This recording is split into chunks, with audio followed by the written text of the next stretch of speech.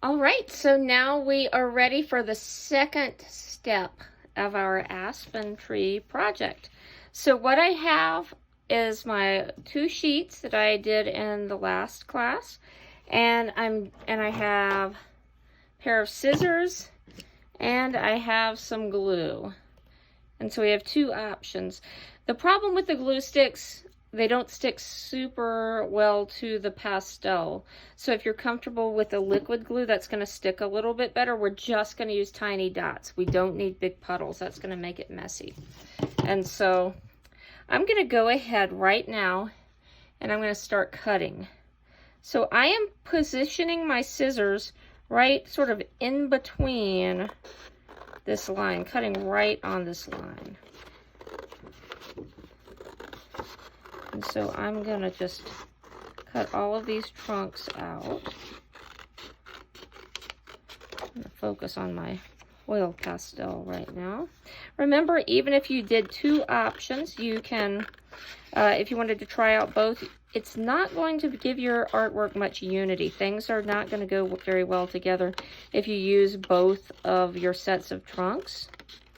If you really love them both, maybe we can do a second using them. But what I would do, if you really clearly do like one better than the other, you can just discard the other one, recycle it, or you can save it for something else if you want. Or if you're not sure, cut them both out and then try them both out on your background and see which one you think looks the best. Remember, this is a mixed media artwork. We're using lots of different things. So I have these trunks out, and again, you're not going to have the little holes up there. But the next thing I would do is just think about how do I want to arrange them. So I could just space them all evenly, or if I want it to look a little more natural, maybe I'll have it a little bit off like that. I don't think I'm going to cut these out right now because I know that I prefer these. And so I'm going to put this one aside. And you could just save it. Put your name on it and save it. And you might, even if you don't want to use it right now, that might come up as something that would be useful in another project. I'm just going to go with this layout right here. So I am going to just put little tiny dots of glue. If your glue is stuck, if it won't open, or if nothing comes out, close it back tightly. You never want to cut this off because that's a little piece of plastic. It's not dried glue, but you can sometimes kind of scrape that and it will get a little bit of dried glue off the top, and then it will come out a little bit better for you. Let's see how mine is. Mine's coming out. So I'm just putting some little dots here. The main important part is, of course, the ends. If the ends are stuck down, the whole thing's going to stick pretty well. But you can see, you might remember that old from being when you were little and we would say dot, dot, not a lot. You can think about that.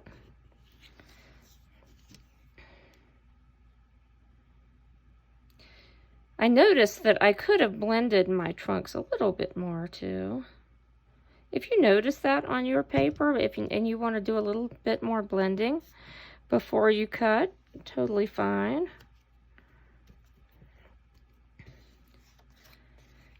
Let's see, the last one. And I'm not putting a full line of glue. That's way too much. That's going to make your work sloppy. That's going to mess up your craftsmanship. So just tiny dots of glue will do. Okay, so my trunks are on. And so the next step is to add my branches. And Aspen has, some of the branches are thicker, but a lot of them are very, very thin. If you want, if you have some extra trunks, you could cut little thin pieces and glue those down. You can do branches to cut out and glue, but frequently, since we're going to add some foliage afterwards, we just take our oil pastel or a marker. I'll show you both on mine. Now again, choose one. Don't do both on one picture because you want it to have unity. I'm just going to make some little lines. Actually, I think I'm just going to stick with this, but you know that if you did this type of branches, with the marker and the water, you probably want to draw your branches on with a marker, or maybe even a Sharpie, so when we add our foliage with some paint, it doesn't get really blurred and smudgy. So we'll do that. We'll offer a Sharpie if you did that type.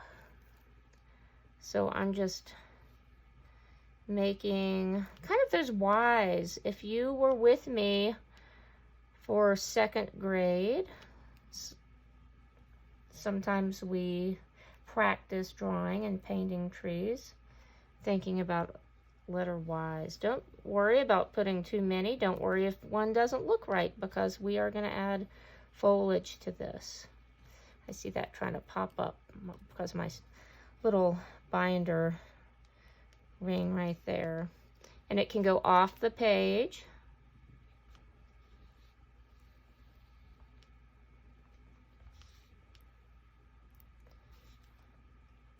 And again, try not to make it into a pattern. You want it to be very random.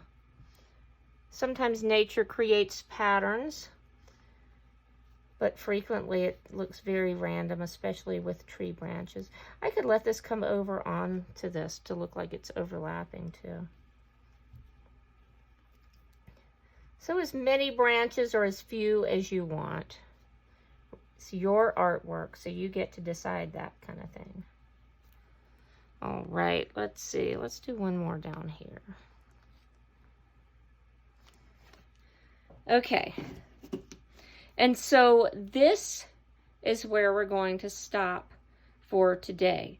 So what we've done today, our progress, day 1, we did our background and we created our trunks on a separate piece of paper. We stopped there. This is day 2. We cut apart our trunks, we glued them on, and we've drawn some branches. This is where we stop for today. So double check that your name is somewhere on your work. If you want to put it on the back to start and then think of a nice place to sign it when it's complete, that's a great idea. Name and teacher code definitely on the back though. All right, I'll see you soon.